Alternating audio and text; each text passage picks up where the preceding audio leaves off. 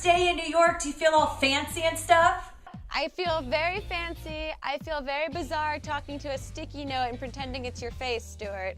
Well, I'm doing like a really cool YouTube setup, so we're like really luxurious here, like my cell phone's in my lap and I'm talking to my camera like it's you. That's awesome. I love it. So this has been really fun. I really love what you've been doing, going around and getting advice from all these different awesome hosts. What has been the one thing that you would really take, and then advice that you were like, what the hell is this person talking about? Well, I have to say that Larry King gave me some of the best, most simple advice I had heard so far, and I really wasn't expecting it.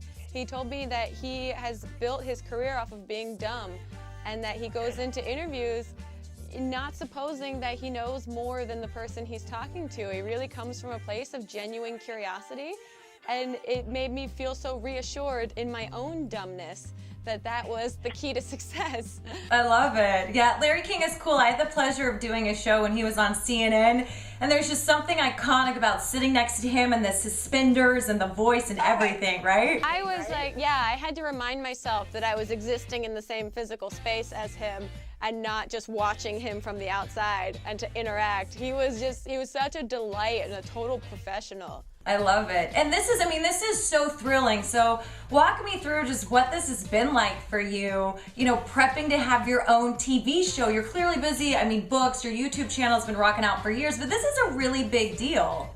Yeah, this is a really cool experience. I've been making web videos for going on 7 years now, and before that, before it became my actual career and my job, I was auditioning for TV and film and commercials, so I did have that traditional media side of me that wanted to succeed, and now that I feel like the digital space is constantly evolving and traditional media in tandem with that is now constantly evolving, I feel like there is an opportunity to try and bring the two together and find out what that looks like, how that is executed. And people like Chris Hardwick and Andy Cohen, who I also got to get some great advice from, I think do it really well. They have shows that feel very personal and very intimate with their audiences, and they do a great job bringing in the digital side of it. And I really wanted to push that even further and see what it felt like to make a show inspired by my YouTube videos that is kind of expanded upon so it feels big enough for TV, but still has the intimacy and the interaction that the web has. And we're in the process of executing it, so we'll see how it goes. Yeah, this is a whole new ride. And then, so I noticed from like your trailer and the clips I've seen, you're going to be able to bring on some of your awesome YouTube friends. Like obviously you work with the Hearts and a lot of fun people. Yeah. I'm really excited to try and be that conduit between internet personalities and traditional media celebrities and see what happens when they come together, because I think the concept of celebrity, now that media is kind of morphing and changing the landscape, the idea of celebrity is also changing, and the definition is becoming a little looser and a little looser. And the idea of bringing the traditional and the new media together is just really fascinating to me, because at the end of the day, we're all human beings and we're all just trying to exist in this creative world. What does it look like when we all come together and just have conversations? And that's what I'm hoping the show does. I love it. And have you pitched anything to E and they've just been like, girlfriend, no? Oh, the thing is, E has been so great. They have, you hear all these things about networks changing people and making them morph to their concepts of what is successful on their networks. And E, to me, has been nothing but open-minded and agreeable and encouraging. I think they really respect the relationship I have with my audience online and are really trying to provide a friendly, open-minded environment for me to bring them into the TV space, as well as try to have me appeal to the people that already exist in their television space that have never seen me on YouTube. They've been really great, and so I'm actually pleasantly surprised that it's been such an open-minded experience. That's awesome. Okay, I've got a fan question from It's Pearly Shells. She wants to know, who is the guest that you're most looking forward to having on your show?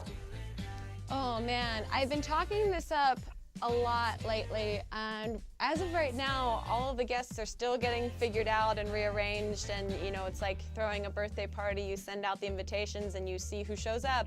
And but I think one of my dream guests right now would be The Rock. I think he seems like just a great guy. He's really intuitive on social media. He uses so many hashtags on his Instagram. And I think, like myself, he's had a really non-traditional trajectory to get to where he is. And I find I really relate to that. And I think he's a really, really hard worker, which is something else I really relate to. And I also think he'd just be really fun. And I want to feel tiny sitting next to him too, is the other reason. I know, I was gonna say, he's so tall. It's like you would feel so skinny and petite and perfect. Have you seen him in person? I've never met him in person. I've interviewed him. I think I had to like wear a neck brace 3 days afterwards because I was just looking straight up. I imagine that he is a gigantic piece of human, and I would be fascinated to be in the same physical space. And he like sweats a lot, but in the most manliest of ways. Yeah. I have to ask, because Game of Thrones is coming up, who do you think should sit on the Iron Throne when all is said and done? Who are you putting your money on? Oh, I am very poor at Game of Thrones. I've only seen a few episodes. However, I will say Maisie Williams, that plays Arya Stark, we've been in conversation with each other because she's a huge YouTube fan and she's made YouTube videos with a lot of other content creators.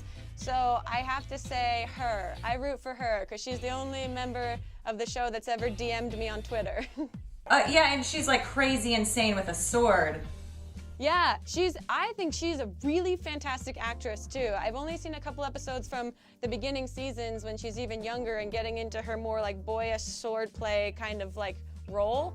And I think she's just very sophisticated. She seems like an old soul, which I think is cool. She should sit on the throne, the Iron Throne. And then finally, I'm sure your YouTube fans are asking, now that you're gonna be, doing a TV show is so much work, you're gonna keep active with your YouTube channel. Do you still edit for yourself, or do you have like a whole team behind the scenes? No, that's the thing that the television show is really teaching me, that things get done a lot quicker when you have a team, when you have a crew.